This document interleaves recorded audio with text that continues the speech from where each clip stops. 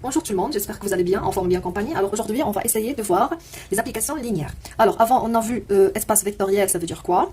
Espace vectoriel, on a vu un sous-espace vectoriel. On a vu, ça veut dire quoi? Une combinaison linéaire des espaces vectoriels. On a vu vect de A égale à E, ça veut dire quoi? C'est-à-dire sous-espace engendré par une famille de vecteurs. On a vu, ça veut dire quoi? Une famille génératrice. Après, on a vu, ça veut dire quoi? Une famille libre. Et on a vu, ça veut dire quoi? Une famille liée. Après, on a fait une petite liaison entre les deux. On a vu, ça veut dire quoi? Une famille qui s'appelle une base. Et après, on a vu, ça veut dire quoi? Une somme directe. Une somme directe d'espace vectoriel. D'espace vectoriel. Alors, aujourd'hui, on a fini avec espace vectoriel. Aujourd'hui, on va passer à les applications linéaires. Alors, ça veut dire quoi? Une application linéaire.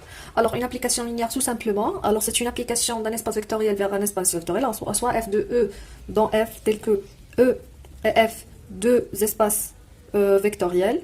Alors, une application de E dans F, c'est une application de E dans F telle que vérifie la condition suivante. C'est-à-dire si j'ai E, par exemple, un espace ici, E, engendré par exemple, ou bien soit E1, E2, deux vecteurs de E, et F, un autre espace ici, vectoriel, et F, alors entre eux, je fais l'application qui a les deux E dans F, telle que je fais ici leur image, c'est-à-dire f de E1, et l'autre c'est f de E2, alors ça dépend de la fonction f. Alors, tel que vérifie la propriété suivante, telle que f de alpha x, ou bien, je vais commencer par E1, alors alpha E1 plus E2 égale à alpha f de E1 plus f de E2. C'est-à-dire que l'image d'un vecteur de cette forme, c'est un vecteur de cette forme. C'est-à-dire que l'application linéaire, elle est compatible avec les lois des espaces vectoriels. C'est-à-dire que, d'une manière générale, il dit quoi? Il dit pour tout x, y appartient à E, pour tout k appartient à un scalaire, on a f de kx plus y, c'est exactement k, f de x plus f de y. Très bien. Alors ça, c'est une application linéaire qui vérifie cette propriété. D'une manière générale,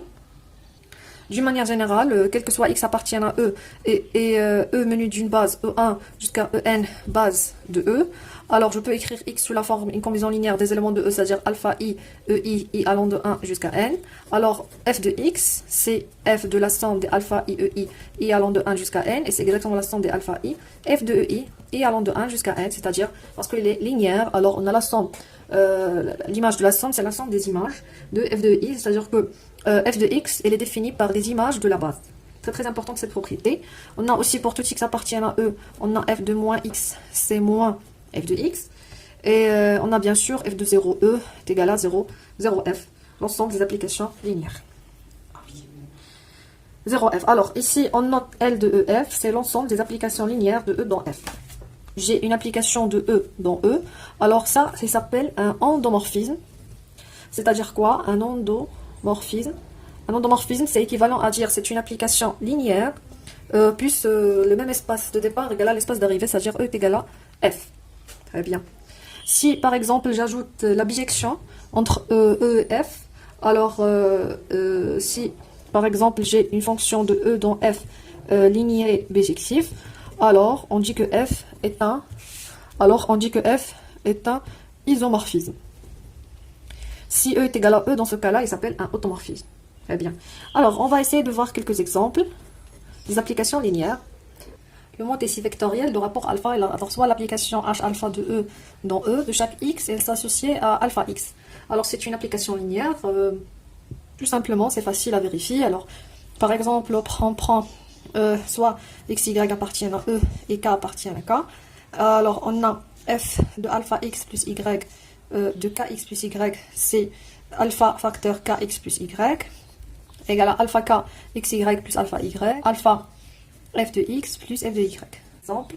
Alors, deuxième exemple, si je prends phi l'application de k de x dans k de x, de k de x ensemble des polynômes dans k de x, de chaque p, on l'associe à son image, c'est p'.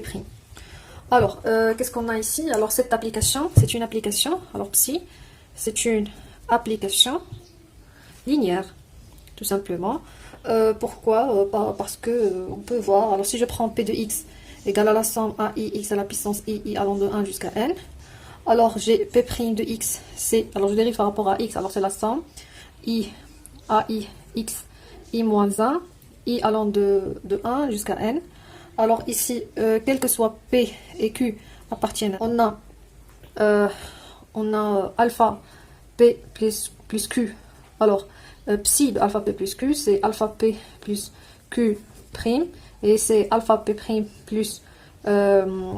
c'est quoi? Alors, c'est alpha P prime plus Q prime. Et alpha P prime, c'est alpha psi de P plus psi de Q.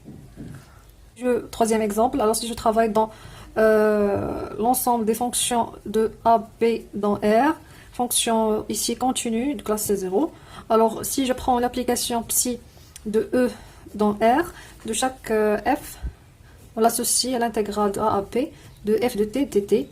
Alors psi est une forme linéaire. Alors forme linéaire, c'est-à-dire quoi? C'est-à-dire c'est une application linéaire, mais l'espace d'arrivée, c'est l'espace de base, c'est K ou bien c'est K, c'est-à-dire R ou bien C.